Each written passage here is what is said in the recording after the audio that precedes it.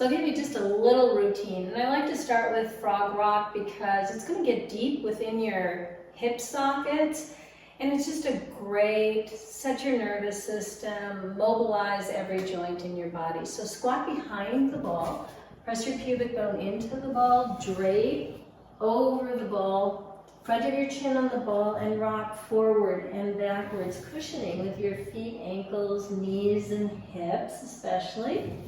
And then your hands, wrists, elbows, shoulders, and shoulder blades. Think about your whole torso following the contour of the ball and the weight of your head, lengthening your spine, and the weight of your pelvis, lengthening your spine in the other direction. So from here, we're going to do the open knee lift. Now, if you wear ankle weights and you put them on your feet, that's even better, all right? So squeeze the soles of your feet together, and you're going to tilt your pubic bone into the ball, and then you're going to lift your knees up towards the ceiling.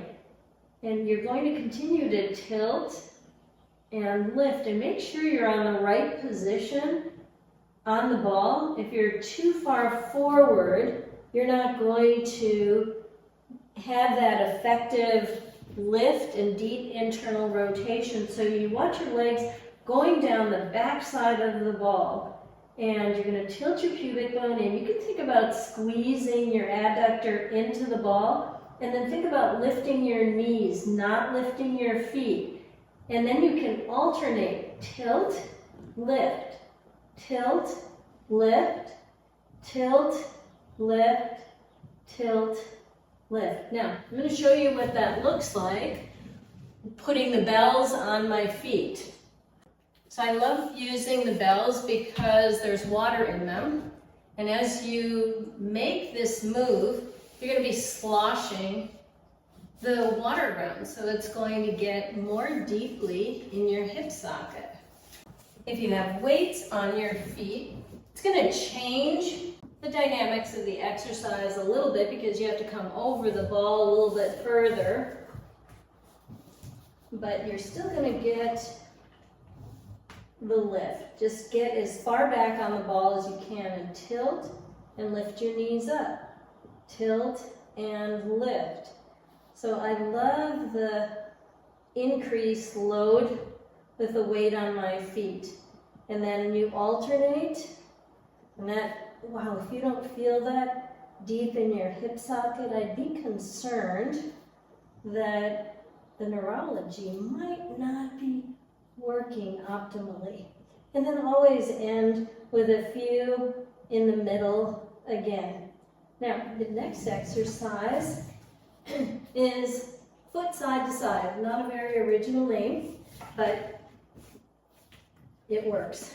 Okay, so you want both feet off the floor, and you want your knee bent, and you're going to move your foot side to side.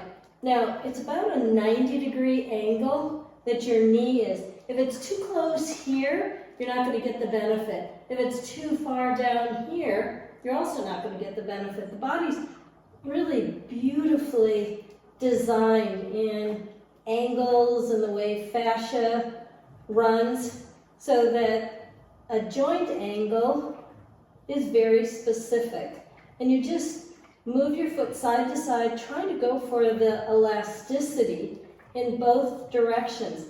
So that side to side of your movement of your foot goes right into your hip socket. And then you switch and side to side. Just make sure that from your knee to your hip, that stays in the same position on the ball. It's just moving your foot side to side. Love that sloshing. And I noticed that my head was up just a little bit more than I like it, so I want to make sure that my head is dangling. Right. Okay, so the next one, we're in the same position as we were for foot side to side. So we're going to drive our knee into the ball and then lift our foot up to the ceiling. Just imagine that don't have a handle on this bell, and it's not strapped on. So I am balancing a bowling ball on my foot, and I don't want it to fall off.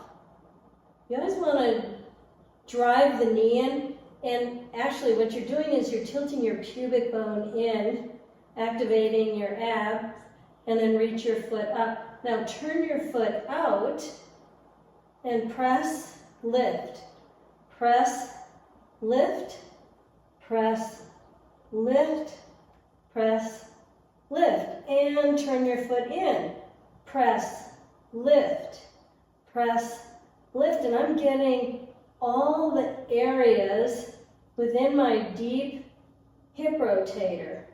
And that's going to translate into the different divisions of my glutes, activating those. And then we're going to switch sides and right up the middle, press and lift, press and lift, press and lift.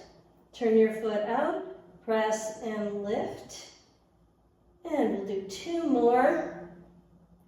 And then we're going to turn our foot in, press and lift, press and lift. And I think you'll feel that area that likes to droop. And you don't need to have a droopy butt. All right, so the next one is lunge. And it's not at all a conventional lunge. It's very much a shuttle. So the top of your toes and foot are on the top front of the ball. And you're going to shuttle back, keeping your torso upright, and your knee in front bends because you're rolling the left leg back. Now push your left foot into the ball, and that propels you up and forward. So that is dialing in your lower abs for your core and the control. And this is also firing up your deep hip rotators, because if they're out of balance, the ball's gonna swing in one direction or the other while you're doing this. And then you'll also notice that your glutes are firing all the way up to your iliac crest.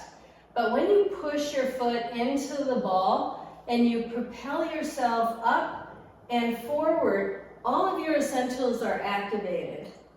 Okay, and again, and you're going to get such a nice stretch on the front of your thigh and your hip, so you're really getting those hip flexors to take direction from your lower abs. And switch. So I had the privilege of working with one of the fastest women in the world, an Olympic gold medalist, multi-medalist, and she had the best lower abs, which is what made her so fast. All right, so again, shuttle back, push your foot in, propel up and forward, and shuttle back. There's really nothing other than your arms that is not working in this exercise, and I can guarantee that that is going to take care of any saggy butts. I can't do anything about the skin, because if I could, I'd have better looking skin. So, all right, and then we're going to end with plie wall squats. In the plie position, we're externally rotating our legs. All right, make sure that your hip socket is in line with the equator of the ball.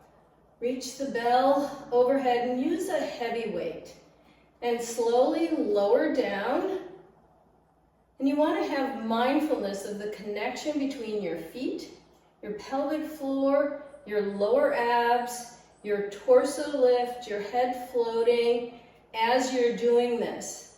And the control that you have. So as you lower down, your pelvic floor is lengthening, which is intimately related to the function of the hips and vice versa. Bad deep hip rotators poor pelvic floor tone, and vice versa. And I love to add pulsing. Really helps lubricate deep within your hip socket. It's firing up all the things that you want working. All right, well, I hope you enjoy this workout and that you see results.